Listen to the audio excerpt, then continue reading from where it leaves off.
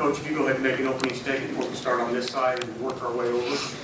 Well, a really tough loss. I mean, one of the tougher losses I think you could probably imagine a locker room setting having for our group. Give Maryland a lot of credit, making a ton of plays all game long, especially in the second half after they got down, continuing to fight and make plays, big shots, whatever it may have been, they answered the bell when they needed to. But I think the last 3:32 of the game, the last media segment as we came out, that's when you got to be really, really tough-minded. It's when you got to really execute. It's when you got to know time and score. It's when your communication has to be at its finest. And little things again Thursday night that kind of went well, didn't go well for us in that last 3:32. And a lot of learning can go on in that. There's a lot of situations in that last 3:32 that obviously we could have been a lot better. But when our offense plays the way it did tonight, in the sharing of the ball movement, we to score 76 points and have 22 assists and only 6 turnovers at home and lose.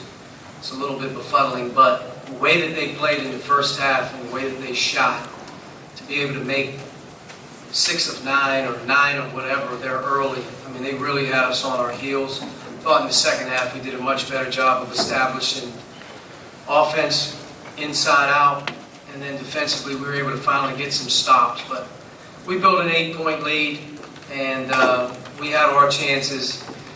Tonight's one of those ones you're going to think back on, and obviously it's going to really, really sting. We had an unbelievable environment again. Disappointed for our fans that we weren't able to win the game, but I give Maryland some credit. Anthony Cowan is a senior guard who can make a lot of plays. It's very difficult to cover. The way that they're playing 5 out, the front court players shooting 3-point shots, the way that they shoot 3-point shots. I mean, Jalen Smith is the center, and he goes 4 for 6. Ricky Lindo comes out of there and goes 1 for 1. And Dante Scott goes 1. So, when you look at it, their front court made half their threes at the center position and the power forward position, 6 made threes. But, our inability to get to the line against Maryland is another thing that's really perplexing for our team. We're a good team around the basket. We find a way to get fouled quite a bit. We shot 10 free throws here. I think we shot 12 the first time we played them. And again, they went to the line a ton with their dribble drives and our just inability to guard the ball. So the free throw line was a little disappointing, not being able to get there more. But we did enough to win the game. We also did enough to lose it there at the end. The press obviously was kind of a big turning point, the turnover on the press, and you had some press break issues against Nebraska too. What do you see particularly in that area, and where do you need to see kind of maybe improvement going forward? Just time and scoring intelligent situations. We didn't have a problem inbounding the ball here tonight. We had our press break, basically set up for their diamond press, trap the first pass, zone, rotate, and they executed perfectly. The ball came in, trap was there, we had our outlets, and got it right to the middle of the floor.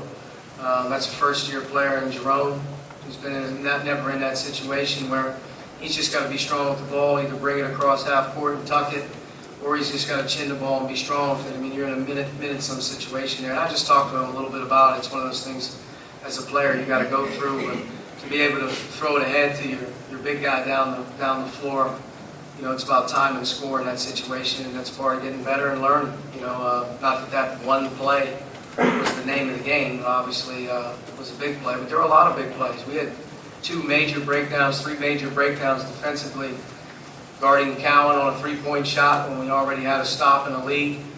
I think Jalen Smith, at the end of the game on his last ball screen, you're relying on communication all game long on ball screens, and on the last one, we're indecisive on what we're doing. He rolls to the basket uncontested. So that's on us. And if you ever want to know as a player why the coach is always screaming about talking and communicating, you got to do it. It's because it really matters when it means the most. And, this one stings. The other one on the night felt great. The week is what it is. We're on to the next one. And this league is brutal, and you have to be able to find ways to keep getting better, which I think if you watched our team this week, or if you've watched our team over the last few weeks, We continue to do a better job, and we're getting better. I was disappointed defensively in this game, although they are very, very difficult to cover with what they're doing offensively. But we were better in the second half. I mean, their percentages in the second half were 40% from the floor and 25 from three. Were good percentages defensively, but they made some real hustle plays. I thought Jalen Smith was obviously a huge difference in the game on the offensive glass, his ability to shoot threes. And Anthony Cowan was really, really good in the game as well. Very difficult cover, as quick as they come. And, by the mere shack, they only had 5 turnovers on the road. In front of that environment kind of shows you their offense was running good. But, our offense was doing also a decent job. We had a lot of guys contributing in a lot of different ways. We shot it well, took care of it pretty well. But it's a game of inches. It comes down to a couple plays. You got to be a little lucky. You got to be smart. And I think we're probably a little less on those two here in the last couple of minutes, or at least last 2 minutes of the game.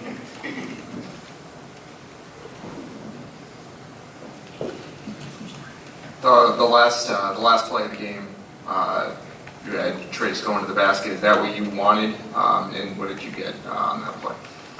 Last play in the game, we tried to get Trace and Rob in a 2-man game in the middle of the floor. Set Rob up for a drive downhill. Set Trace up maybe for a quick lob, pick and roll. They denied Rob the ball back, which he didn't fight the now, and Trace kept it right from the nail free throw line area all the way into the basket. And I asked, just thinking back on it, did he get a good enough look? Was it a clean look? Would you even feel good if he got that shot again? And I think everybody said, he had a decent look at it. It was a pretty point-blank good look. He stepped around on the shot fake, stepped through, and he got a clean point two blank. So we got a shot. It didn't obviously go down, but that's where it breaks. Zach, Mike, and Dustin. I'm going to touch on it in a couple different ways, but forgive asking in a loaded way. Did it feel, I guess, like there were moments when you could have kind of knocked them, really kind of landed one on them, maybe up 7, up 8, down the stretch, and what were they doing that was just kind of keeping them in touch with the game, even when maybe they were on their heels? I would say there were probably 3 or 4 occasions when you made a big shot. I think Jerome may have made a big shot, or maybe Devontae hit a big shot on the right wing. You go up 8, 6, 7 points, and I thought that they kept coming back in either getting fouled to the foul line or a timely shot. Cowan makes a 3 behind the handoff. Jalen Smith makes a 3 behind the handoff. Getting to the line and keeping it there. I thought one key possession we had Al. I think Al had a right wing shot which would have blown the top off the arena. And it was a good look. He missed it, but they get an and 1 down the other end was another huge play. Our inability to be up about 7 or 8. Maybe he makes it, maybe he doesn't, but to get an and 1 to cut it from 7 or 8 right to 5 or 4, 2-possession game, that was a big play on their end, going down the other end. So there was a lot of big plays. I thought we made some. I thought they clearly made some really good ones, but I thought that Cowan and Smith were the difference probably in a lot of those situations that the 2 guys really played well. Jerome kind of broke out with three-pointers. And just how big is that for you moving forward, that he might be starting to get back his basketball instincts? He's starting to look the part. His legs look stronger. I think if you just watch him right now, he has a much better bounce about him on the floor than he's had. It's taken him a while to get to this point, but like I've said before, a guy takes a year off from injury, it's difficult, especially a true freshman who's never played. Now he's playing, and he's playing more and more, which is a big thing for our team. He's added value in a lot of ways. He's doing a better job defensively. He ends up getting double figures here tonight, but made 3 big shots. But that's what he can do. I mean, he can add some offensive firepower. He's got to take good ones and be smart. But, I mean, you're looking, there's no difference between him and Trace. They've played the same amount of games in their career. They've played the same amount of minutes, So it's a young guy out there that's showing, I think, that he's starting to get his basketball legs back, and he's starting to feel good again about playing the game. You just mentioned the defense getting a lot better in the second half. Well, what did change, especially early in those first 14 minutes of the second half when you guys were holding it for 15 or 16 or whatever it was? What was just better about this than the plan you guys had that? Well, we moved to start the second half, Joey off of Jalen. We moved, if I'm not mistaken, Joey off of Jalen Smith and then moved, I think, Trace onto him. We wanted a more mobile guy in the ball screen to not get as stretched, maybe a better cover on a 3-line. Because they weren't setting as many ball screens, obviously, with Scott, but they missed cover. I mean, at some point, you hope the water sort of gets a little bit level, and I mean, they started the game basically making their first 4, they may have made at least 6 out of their first 8 3-pointers. The good thing was in the first half, our offense wasn't, terrible, so we were still in a working margin. But they didn't get as many clean ones off dribble drives. We tried to make them earn some more 2s, and then we started to get some defensive rebounding. But our offense was good to start the second half. We scored, pretty much man zone didn't matter. We were able to score the ball. But disappointed, obviously. This would be one you give them credit for, but this is one you're going to wish you could have those last couple minutes back. But it's the way the game breaks, and that's life, so to speak, in this league. As you head towards February, you got to continue to stay focused, and you can't get too high and low. And as good as it felt on Thursday, it probably feels this bad, but you probably could have felt this way on Thursday, and you probably could have felt this good on Sunday. It's just like that's what it is. And so we're off to Penn State, and I think they've had a week off. I think Ohio State will get a week off before we play them. So we'll probably, maybe everybody gets a week off before we walk in the door. Maybe that's the scheduling philosophy. Coach, I apologize for the drastic shift here. I'm sure you've heard the news by now of Kobe's passing. If I could get your reaction, obviously, devastating day for basketball as a whole.